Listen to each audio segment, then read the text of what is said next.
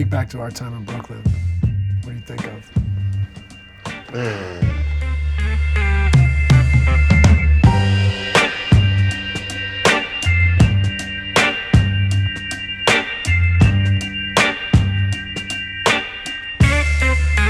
It's just crazy how fast the game has changed since I came into the league. It usually is like a slow uptick, but it's like clearly different from. What was your last year in the league? 14.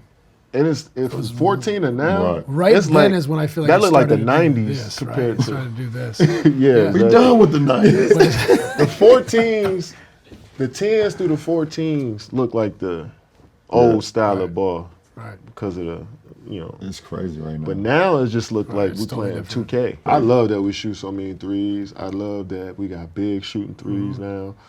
I love that we got so much space to work. And I even love that you can throw zones in there. They mixing up defense. That's an evolution, I think, in the last 6 months even. That's like when we play Houston, like Udoka does a good job of that. He will go one possession regular man, next possession zone, go back to man, the next 3 possession zone, all in the first Throwing quarter. you off balance. In the first quarter. And it's like, I don't care how good you are as a team, how connected you are as a group, how well you pass, guys are unselfish. If a coach does that and you're not prepared for it, you all off balance. You all off balance. You got no rhythm. I'm going to even go even more drastic, who's even more crazier with it. Erik Spoelstra will go 48 straight minutes of zone. And he will start the game with on zone. And he might 1-2-2 press you back into his zone. Back into his zone and put Bam at the top. Yeah, I mean, I see a lot of coaches being creative defensively, and that's pushing players to become better offensively. Because when I'm working out, I'm thinking like, because now even a man-on-man defense starting to look like a zone a little bit with so many gaps. Yeah, so many gaps, guys. If you can't shoot, for sure they're going to be in the zone. Yeah. If you got non-shooters on the floor, they're going to for sure be loaded up. They might not be in zone, but they're sitting in the lane. Exactly. Right? And they're not moving. Exactly. And they're not moving. If a guy's in the corner and he can't shoot the 3 and he can't finish, there's a lot of guys. The guy guarding the corner guy is going to be so far up the lane that you're not going to be able to go anywhere. They don't mind if you go back door. They'll let you be under 6'9" too. So there's a lot of dudes who can't shoot that's 6'4", 6'5", that's playing.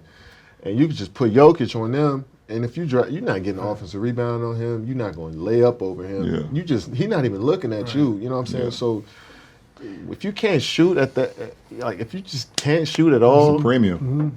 It's a you're not even going to be in the league. I'm sorry. But that's why OKC's defense is great. They got individual defenders. They get in the gaps. They're willing to give up threes, but they're going to fly at you. They protect their paint. So it looks like a zone, but it's a man. But then they'll go zone. Then they'll go zone, nail catch, man. Corner catch, man. They switch it up in the possession. During the possession, right? See, these coaches are getting creative, man, on the defensive. But like you said, it's because of the offense has become so.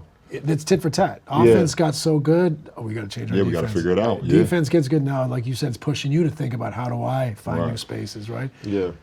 And when you're looking at OKC, though, do you, they play an ISO-based game. They do. When you think about offensively, they do. So they have Shea, which he's, historically elite ISO player, right?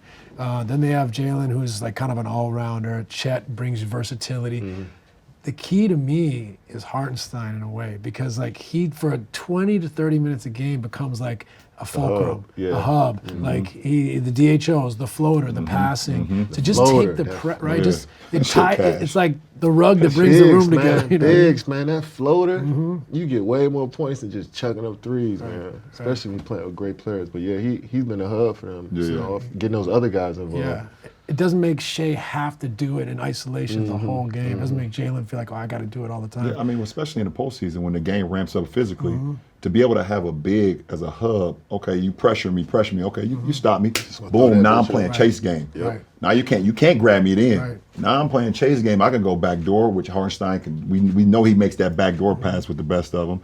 You can play chase with him now, he's one of the best screen setters we have in the league, and now Shea's coming off, or J-Dub is coming off, If the big helps up too much and the guard ain't get under Hartenstein, we got lob threat. Yep. Yeah. Or we got skipped to corner, know. So, having that hub right there, having a 5 that can play from the 3-point line, all the way into the paint, and not even like you said, he don't need to shoot threes.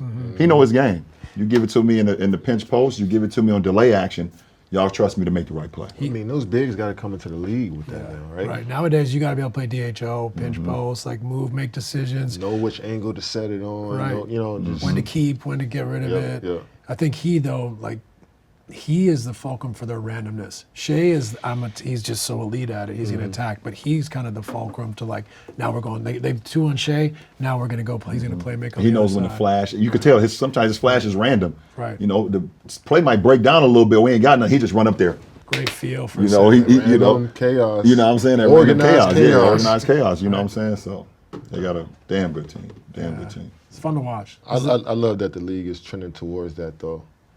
That's just more hooping. It's Right. not, I mean, structure is good, don't get me wrong, but like, I think you maximize your players when you just let them play. Like I seen Obi Toppin playing like some of his best ball that way. I seen Nick Neesmith playing some of his best ball where it's like you're not restricted to like, all right, let me set this screen and just wait for the jump shot. Like they feel comfortable taking somebody off the dribble. TJ McConnell coming to the game, you feel like it's his team. Right. You know what I'm saying? So I feel like that's just the. But I would give Rick Carlisle a lot. I was about to say, He's always been like that. Yeah, I think he's very adaptable. Yeah. What he's done in these 3-4 years is built an identity with his roster. He has. Like you said, Bron, like it's not like, okay, mismatch. Right. He's like, that's not us. He's found identity, but it doesn't work if those guys don't have enough freedom to play blender. Right. They have freedom to play blender instead of like, I didn't get it, I got to throw a lob past the center to Hallie to get it back and try again. No, we just keep playing and moving. You don't see Neesmith or Nembhard coming off pick and rolls trying to throw lobs. Right. They just play their game. No, they don't. That's not what they're doing. Like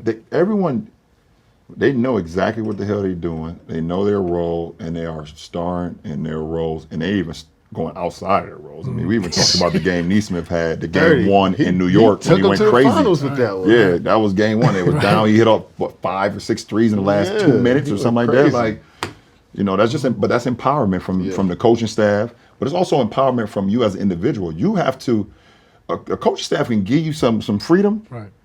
But a coach staff can also pull that shit back. Yeah, if you ain't doing what the hell you supposed to be doing, if you ain't earning it now, I can't just, now you making me look bad. Nah, you know what I'm saying? Like, I can't do that.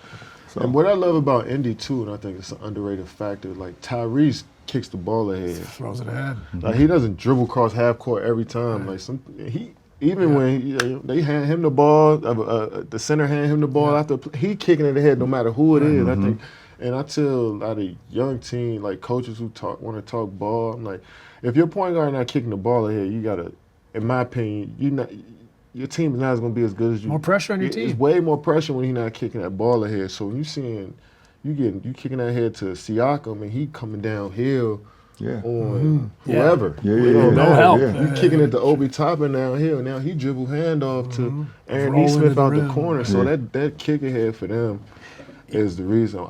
Is a big reason why I feel like they've been so connected. He's great at that, and I think what else? He's just in general a brilliant, simple early passer. Comes off pick and roll. He doesn't. If he sees someone, he just throws it, and that guy's leaning the wrong way, and now that guy's got to show and go, or DHO with the corner. It gives them an advantage at all times instead of being like bogged down.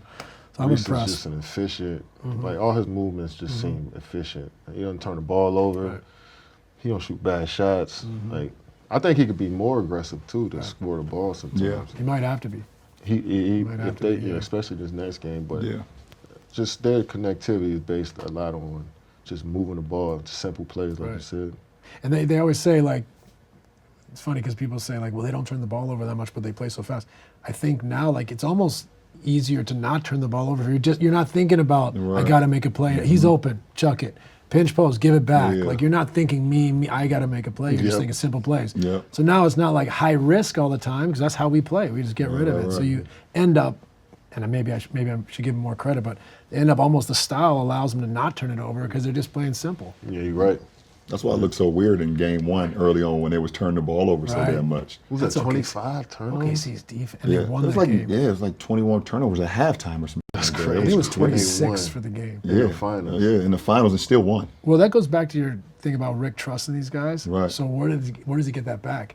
they never stopped playing. No, Yep. they did not. They never stopped playing. And his face didn't never change either. Now Right. I don't know what he said at halftime because I think they only had 5 or 6 in the second half. But listen, we got here because this is how we play. Yep. You know, and As a coach, though, coming in a half and you got 21 turnovers, in the finals what are you game? what are you thinking as a coach then? Hang yourself. No, you Like- honestly though. But what Rick does great, I know this. 21 is crazy. You know, That's 21. That's right. That's high I mean, for a whole game. It's high, but it's also credit to OKC. Those guys, man, Yeah, they're they unbelievably force you to do athletic and handsy and all that stuff. But I think Rick's been unbelievable at just staying even keel. Yeah, like, yeah. what am I going to get out of Lambase and you guys? You guys have earned my trust. Let's keep trusting it. Keep playing. It's 4 That's when series you in know a row. you got a good Yeah. team, though. Yeah. 4 series in a row, Yeah. they've come back from like historic deficits Yeah. to win No, the I love that playoffs. mental fortitude as Yeah. a team.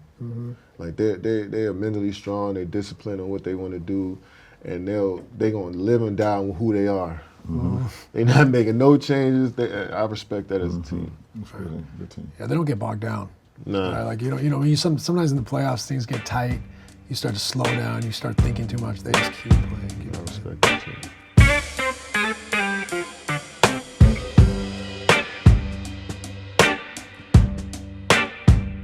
This episode is sponsored in part by American Express. There's something special about grabbing dinner before heading to a game. For me, the ideal night starts with a great meal. Maybe a great steak and some red wine. It's not just about the food though. It's the anticipation, the buzz of the upcoming matchup. There's nothing better than talking about the big game with your friends. Then there's the game itself. I've seen some incredible moments from the stands. Game winners, record-breaking performances, even some rookie breakouts that had the whole arena on its feet. With Amex Gold, catch points on the court and card member perks off the court. You earn 4 times membership rewards points at purchases at restaurants on up to $50,000 per year. So you can fuel up at your favorite restaurant before the game. Plus, you can get to tip off on time with card member entrances at select venues around the world. So there's no need to skip dessert. That's the powerful backing of American Express. Card member entrance not limited to Amex Platinum Card. Terms apply. Learn more at americanexpress.com/withamex.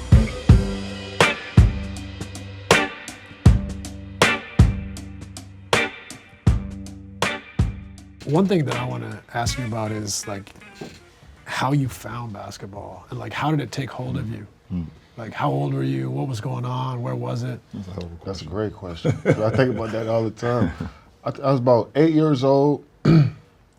My mom signed me up for a rec center. She just wanted me and my brother to get out the house. It wasn't to play ball. It wasn't to do anything after school specific. stuff. It's just like, y'all been in the house for 7 years. Under me and your grandma, y'all need to leave. So about 8 years old, we went to a rec center about 10 minutes from our crib. We walked in there, it was nothing but kids playing and hooping and running up and down the court. And I was just like, I want to join in with them. And it was just so much fun that first day.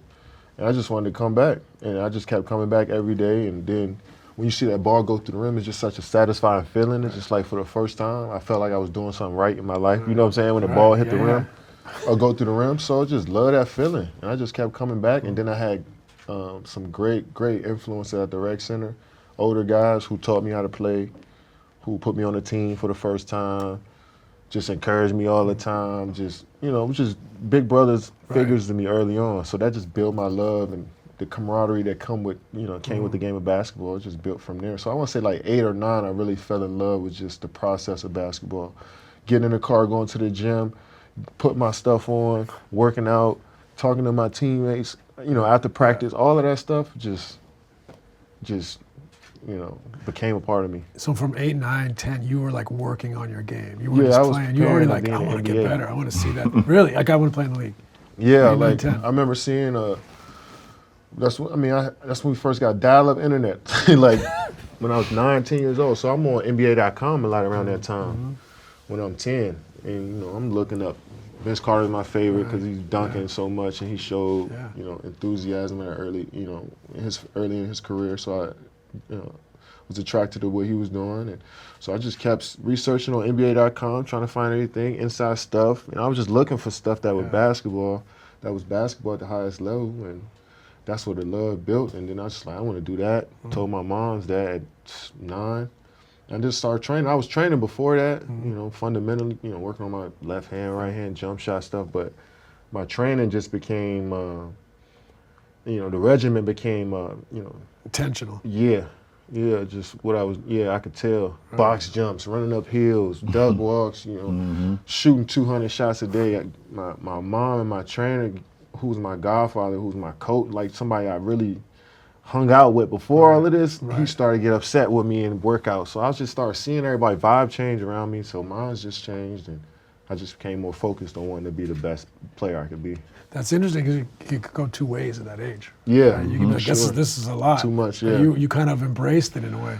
I enjoyed it. I felt like from like 6 to 7, 8 years old, I was outside running around though. So I kind of understood my body. Yeah. You know what I'm saying? I knew what I could do. Playing football, playing tag, Yeah, whatever. exactly. Jumping rope. I was just riding my bike, Yeah. just doing anything outside up until, so I just think all that, it's just all hit at like one point. I was just having so much fun with my friends, and I was using my body and finding out new things. I can run fast. I could jump. I could touch the backboard. Damn, I didn't know I could do that. So you just get more enlightened as a human being.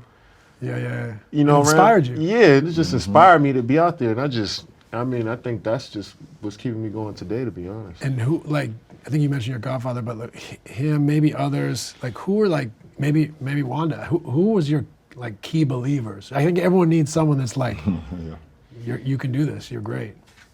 Yeah, it's my mom's for sure. I mean, obviously, it's always gonna be your mom's. Yeah, but it's like I tune her out at a certain point. Yeah. You know what I'm saying? So it was for sure. When I look back on it, I for sure appreciated my mom telling me that I was gonna be great. But I always knew that. Of course, she's gonna say that. She was calling me handsome, and I was going to school, and they was like, nah. You know what I'm saying? So I'm like, I understand. I can relate to that one. I get that, so I was looking for some validation from my coaches, my teammates, to just be like, yo, you nice. Or somebody to be like, yo, we want to pick KD on my team when you're outside. So my friends started to knock on my door, can KD come play today? Like, that's how I started to feel confident in myself. And then my coaches was continuing to work with me every day. So they didn't, it's easy, I seen them say, nah, this kid trash, don't bring him back tomorrow. But they kept inviting me back. So my confidence. You knew something was there. Yeah, I just knew something was up. Something was, what I mean? Older kids, like, validating you. Exactly. So everybody around me kind of understood what this was before me, So and I started to become more enlightened and open my eyes to what this is as 10, 11, 12, 13. And I just hit the ground running. You walk in the gym, kids happy to see you. Yeah, like, happy to see you. Okay, back. Let's play right now. Yeah, you know right. what I'm saying? So I love that camaraderie, man. I was just grateful to have a rec center in my neighborhood that, provided a space for the kids, you know what I'm saying? And I was grateful, 'cause most of my friends come from hooping. Most of the people I met come from hooping. I traveled this world because of that, you know what I'm saying? So everything just stemmed back to I just enjoy being in that gym, that community was perfect for me. We've spent a lot of time together. Pre-Golden State, Brooklyn.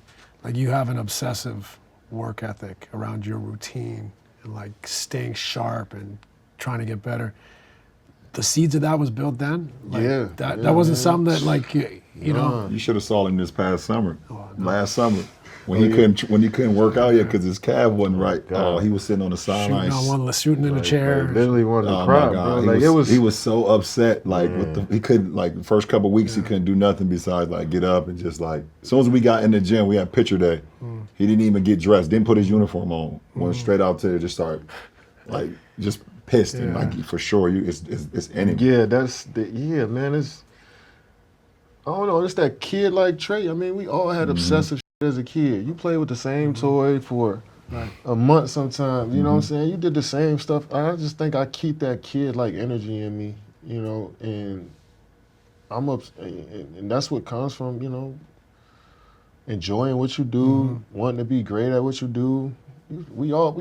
Us three, we understand what that's like, being in the league for so long, being at that level, having that standard that you hold yourself to. You gotta be obsessed. I'm sorry. I mean, I know it's something that it's traits that you gotta acquire as a human being in order for you to maintain what you got. Right.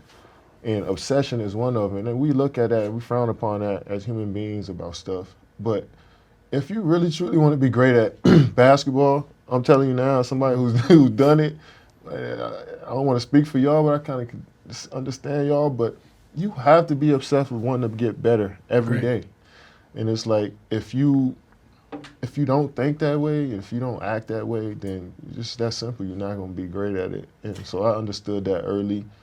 And like I said, and also just love doing it and having fun doing it. And that's the reason why I am where I am today. It's interesting, right? Like, we all share that obsessiveness about it, but like for kids out there, I think it's important for them. It's not just doing it every day. Like we sat down, Bron pours the wine, you're like, yeah, I got my work in. Like, it's on your, you're anxious, it's on your mind. Like, you'd be anxious. If you hadn't gone to the gym yet, you'd be like, like, so one. Two, like, all of us, when we get down to business, when we're in our routine, we're doing our work, there's a standard. Like, we're not just there to, if coach said make 200 shots, it's no. It's 200, game, speed, pressure on the line, day after day after day.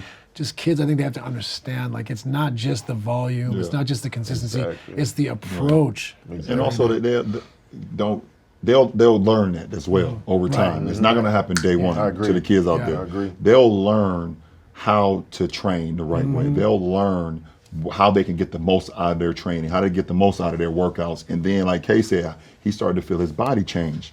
He started to feel, oh, I know, that I can do this a little bit more now. Oh, I can get to this spot a little bit more now because I'm a little stronger now. I'm a little faster now.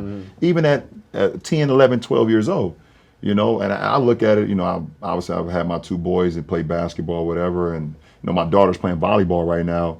She's 10 and she's playing 12U volleyball. So you could just see the difference just in like 2 years. It could be 18 months. You see the difference, shorter, 6 not months, as strong, 9 months. not as fast, can't jump as high. So like as those things continue to mold and get better and you start seeing your body transition and the only thing that matters the most early on is that you want to do it and you got to love to do it. You got to love it. Right. Because that's going to keep you coming back. Right. The body's gonna do what it's gonna do. You're gonna go to sleep one day, and then you're gonna wake up, and your knee gonna be hurting. You're like, what the hell? Man, you're like, what the hell's going on? Man. You're gonna wake up one day, and you're gonna wait, and you're gonna say something to your mom, and your voice gonna be a little bit deeper.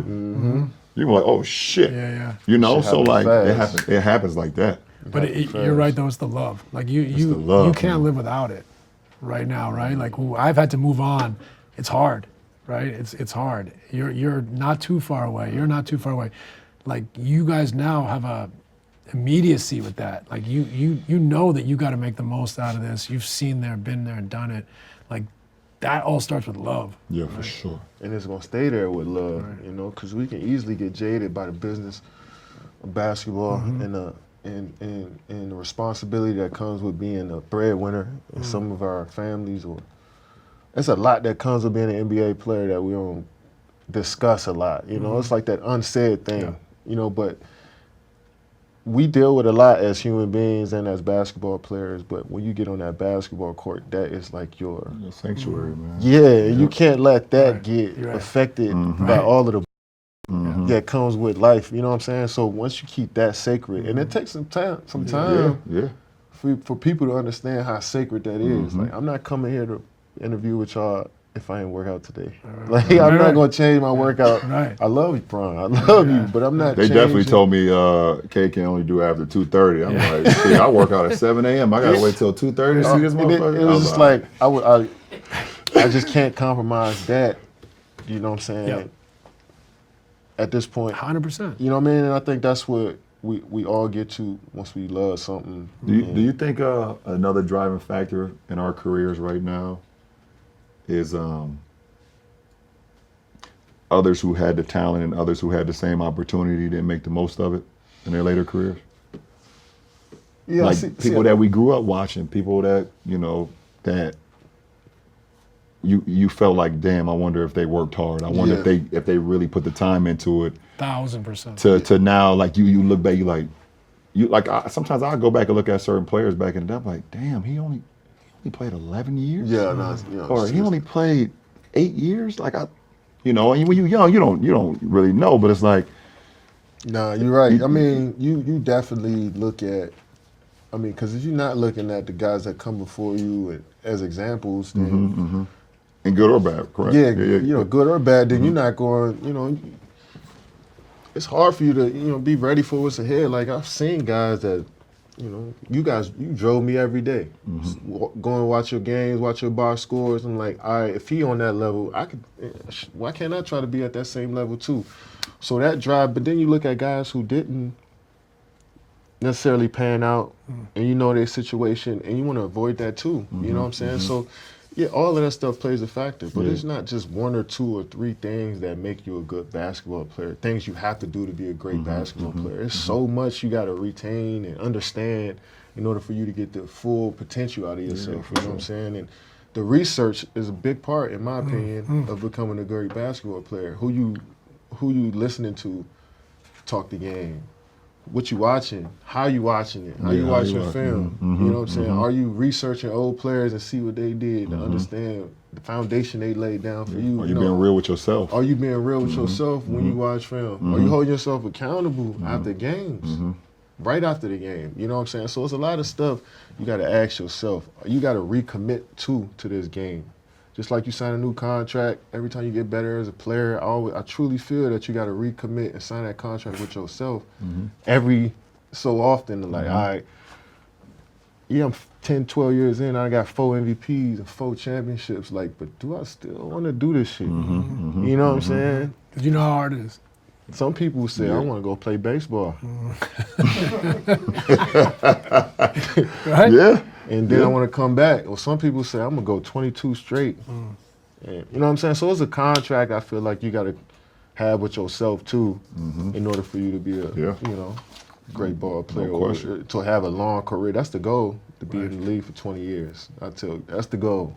However you want to get there, but you got to recommit to yourself before you commit to anything else.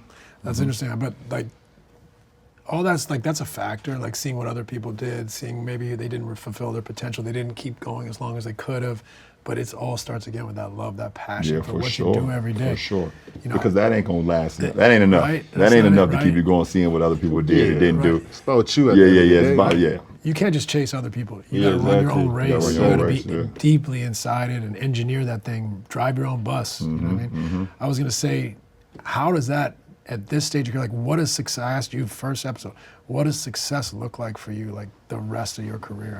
How do you approach it? For me, it's Were just you coming into 19? 19. 19, yeah. 19. It's just about, for me, it's just about being in it every day. Like, and when I mean in it, it's just like every detail I gotta be, like, if my coaches need to ask me about anything, no matter, I gotta be ready if I gotta jump in the drill first, you know what I'm saying, to demonstrate the drill, if I gotta be, play a whole scrimmage and practice even on, 35, 36, I don't want to. I got to set that example of, like, no matter how old I am, that I'm still trying to be great every day. Yeah, there's a standard. You know what I'm saying? That's really what I'm in it for, is just continue to live up to that every day, whether it's shoot around, practice, or a game. And I think I love living up to that standard. Similar. He was process over, the process, trying to be great every day and, like, leaving an example for other players. And if you do that, then win, lose, or draw, we get frustrated with losses. We've been to the mountaintop before. We want to get back there. Yeah. But you sleep better than the contrary if you wasn't doing the other shit. For sure. And you lose. Yeah, for sure. You're like, oh, I just cheated a season away. Yeah, exactly. I just cheated a week away. I just cheated a day away. Right. For what? Because at the end of the day, this game that we're playing, the basketball game, the life game, whatever the case may be, the game in general, it's not no dress rehearsal. It is right now. We live. We live, baby. Yeah. And we got to get to it. We got to make the most of it when you're that person. Right. When you have the it factor, it's not a dress rehearsal for it. You don't get. You're not allowed to have a dress rehearsal. The others do. Got to be on every day, and that's the beauty of being given that much responsibility. Is that you got to be on every day. It's easy when you get 2 days a week where you got to be that guy. You know what I'm saying? But you challenge yourself. You reach different heights as a human being. I think this game. Of course, you want to be great at playing basketball, but there's so many life lessons within the game that enlighten you just on everything. You know what I'm saying? So if you're not open-minded to that part of it too, not just being a highly touted, great player, everybody love you, and you got the most points and you got the accolades, but do you actually truly care about coming in every day and being the best that you can be as an individual. And it may not be just shooting the ball, putting it in the basket. It may be your influence, what you say to your teammates, how you're encouraging your coaching staff, you know, how coachable you are as an individual. You know what I'm saying? All of that stuff I try to stay conscious of, because I know the heavy influence that I have as being a veteran in the league, accomplished so much into the league. Just walking into any gym, it can, people are tense. Just you know, for sure. You got to make sure sure they're comfortable too. So I try to come into the gym and make sure I'm locked in on being a team player. You know, true and true. You guys are approaching it the right way because there's someone who's already gone over the other side, right? Like, there's a lot of reward in life. Like, there's a lot of things to enjoy, to challenge yourself with, but like, this is special. Like, it's hard to replicate this once it's done. Yeah, you have family or you have new interests, endeavors, but to be the best in the world or thereabouts at something and to fight for it every day and have that passion to want to get up and do it and think about it going to bed. It's not like it. There's nothing like it, and when it's gone, it's like you guys will both do great things when you're done playing. You're both already incredible at business, at life. Once you're done playing, you're done playing. Yeah, for that sure. never comes back. Yeah, so for sure. getting every drop out of it, one, I think is the right approach. Two, it makes it okay when it's over. Yeah, yeah. It makes it okay. For sure. I can't wait to hold up the sign with my grandkids that I scored 101 points in the game before. It's coming. Yeah, for sure. Matter of fact, we should take it right now so I can I can hold it up and now They not gonna believe you? Right. yeah. Right, that's what I'm saying. Just 100? Right, I'll pass Kobe. Yeah.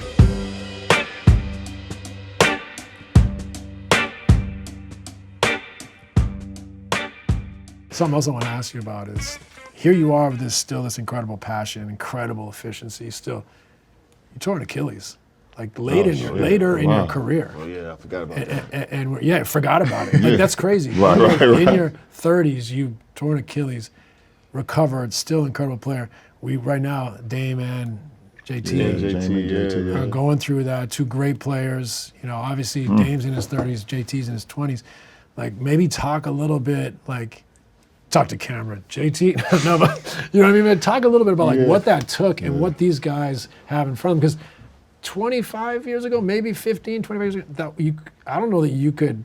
I mean, even when I had it, I felt like, damn, that's Is this it? Because it was always like for us, I mentioned like for basketball players, that injury is the worst thing you know, for football players, a concussion you don't want to get. Like oh man, a concussion, like, you know, if you get too many of those, it's over. You know, they trying to keep you out. And for us, like, you know, and Achilles is like it's something that's it was a grind, and of course, you know, JT and Dame, you know, hit me up. I feel like I'm the Achilles guy. Who you are? Yeah, like everybody hit me up when they had their Achilles and the best. Yeah, I mean, a lot of guys. I feel like a lot of guys have bounced back and became themselves again. Mine's is the most, you know, popular, but I feel like a lot of guys have bounced back that I took inspiration from when I was going through my journey. But those guys are cut from a cloth that, you know, How they got here. yeah, it's rare. They're rare individuals anyway. So this is just a little stoppage in their journey that they just gonna have to sit down and lock in on, and it's easy. I think it'll be easy for them to lock in on once they truly grasp that, like, I'm gonna be out for a year, and I think that takes a few weeks for you to truly understand. It's just probably their first time in their whole lives. Yeah. They got to sit down and not play sport. They physically can't play. Yeah. That's probably the first time that they had to go through that, and that's just you can either elevate or drown, in my opinion. And I think both of those dudes have shown you time and time again that they're going to continue to elevate as individuals and as players. But it's a grind, man. It's a grind. Like, you see me every day. You see me. It was grumpy Even when day. you were back. Yeah. The amount of work you have to do It's to make still, sure it you does still today, have right? to Like, rehab when I'm playing. You know? I'm still doing some of the stuff that I was doing in that rehab. So it's going to be your game and your body is going to for sure change. I'm telling people with Dame, he shoot a lot of those deep threes. When you tear your Achilles, your calf muscle, Atrophies. goes to nothing. You sit around for 3 months and you can't move your calf. Is because if you look at mine now, I wish I could show people. My right is smaller than my left. But that's just from not using it for those 4 or 5 months. just completely shut down. It completely shut down. Yep. So that's most of the work. Right. Is getting that calf back to that. You got to get it bigger and stronger. You know what I'm saying? So I think that's going to be the adjustment for them. And those deep threes that both of those guys shoot, they shoot a lot of tough step back threes. Yeah. I think and I was shooting those before. I got injured, and I fine-tuned my game to take some of that stuff out, the side step. Yeah. Just not because it's a bad shot, it's because I didn't truly have enough power in my right leg yet in order for me to do those moves. So it's going to be that type of adjustment for guys coming back from Achilles, is just building that power up. And once you get confidence, because I just threw myself out there too. I'm hooping. As soon as I can hoop, I was playing. So once they just throw themselves out there, man, them dudes going to be all right, man. I can't wait to see them bounce back. The overcoming is great, right? Because you're the whole time you're like, am I coming back? Exactly. There's anxiety, there's doubt. You're fighting every day to overcome it. You come back, you succeeded. I get it. Amazing. Almost, we take it for granted, really. Like even when I coached you, I took it for granted. Like sometimes because you were playing so well, moving well, like what you'd been through. But what did that time off change you at all? Like open your mind to stuff? It did open my mind to just the anatomy of human body. Just learning my body, understanding, power transfer or, movement patterns and, different ways to work on muscles in the weight room that allow me to be at my best. What exercises is tailored to my game specifically.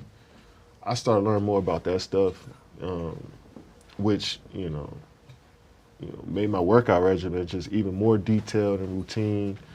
And, so before that, I was, in the weight room a lot and working on my body, but it was no real intention or purpose when I went in there. Now it's just like, I know exactly what. Super specific. Yeah, way more specific on what I'm doing in the weight room. And I think that's the reason, majority of the reason why I was able to bounce back the way I did. When you think back to our time in Brooklyn, what do you think of? Him stepping on that damn 3-point line. We had this conversation. That's one of them. Stepping on that damn I can't get away from it too, because they gonna repost that and tag me in that. But we had this conversation in Portland, I think, right before a game, and I'm like, who am I spending my next 5 years with? I had just signed that deal. You had just signed the deal, but I feel like we were secure, but everything else around us was going to shit. Not in a bad way. We got GMs going to other teams. We got coaches going to other teams. We got players forcing trades. We got bringing Ben Simmons. He's back. Like, it was just so much stuff going on. Bullshit around us. I feel like we were locked in on the same page and understand, like, well, we're trying to do something special here. And I felt like your hands were tied a lot because you had to, as a coach, you got to deal with so much. You didn't get to coach as much as I wanted to. That's what it was. I didn't think we didn't get the full Steve Nash like I wanted, like you probably wanted.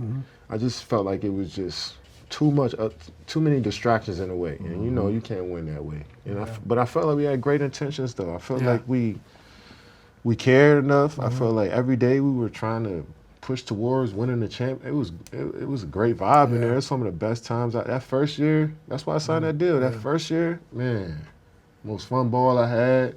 Some of the most fun ball I had playing my whole life. I enjoyed it. I enjoyed Brooklyn a lot. I love playing for Brooklyn, but it's just so much stuff happened around the guys that were committed to the situation. I felt like we were committed, but everybody else wasn't. It just was weird. Sometimes I feel like I let you guys down in a way, and then I think about everything that happened. Come on, man, that shit was. We had a 3-star roster. The cap is team 3 stars. Played 16 games together. We balled out every game we played together. That's one. You could go down the list and add all these things, and for me, I end up feeling like I'm making excuses.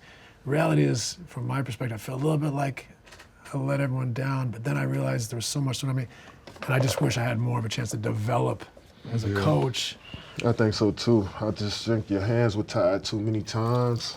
You had to be a principal more so than anything. You know what I'm saying? Like you just couldn't like inject your basketball. You know what I'm saying?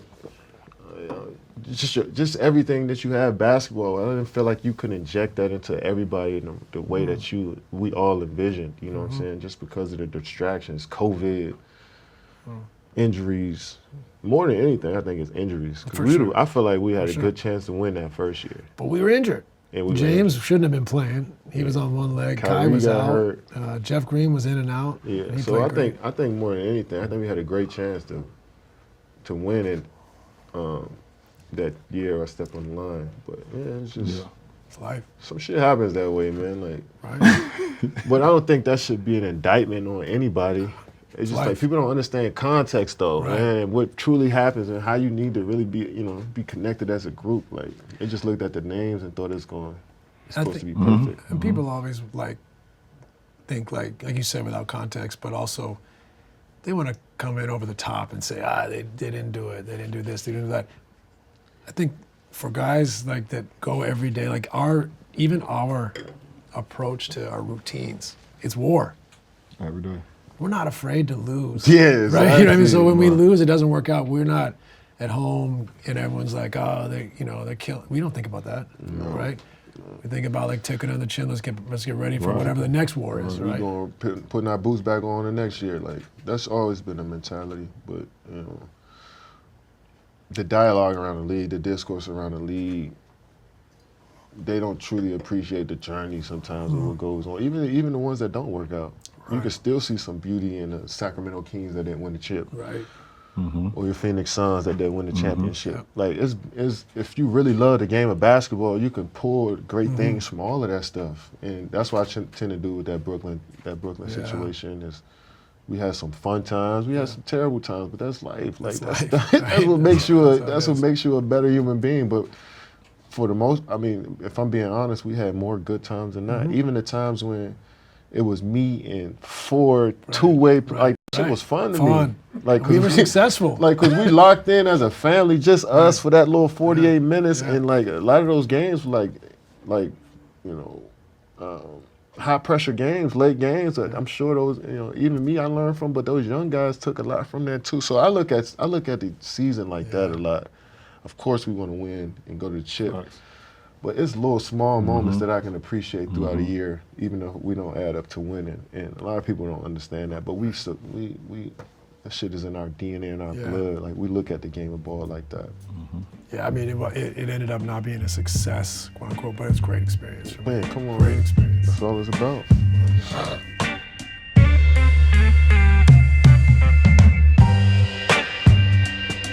Cut us off before we go for another. Right.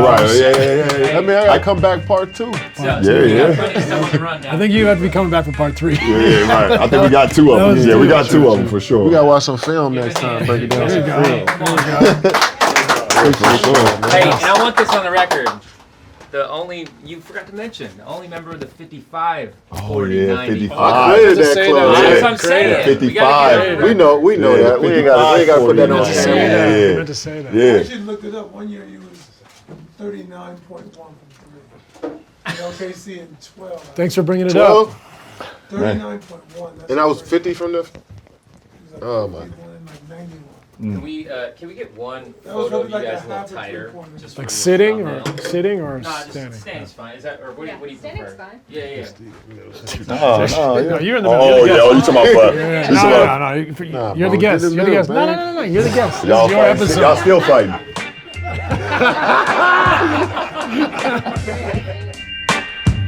Thanks for watching Mind the Game. If you enjoyed the show, please subscribe for more content.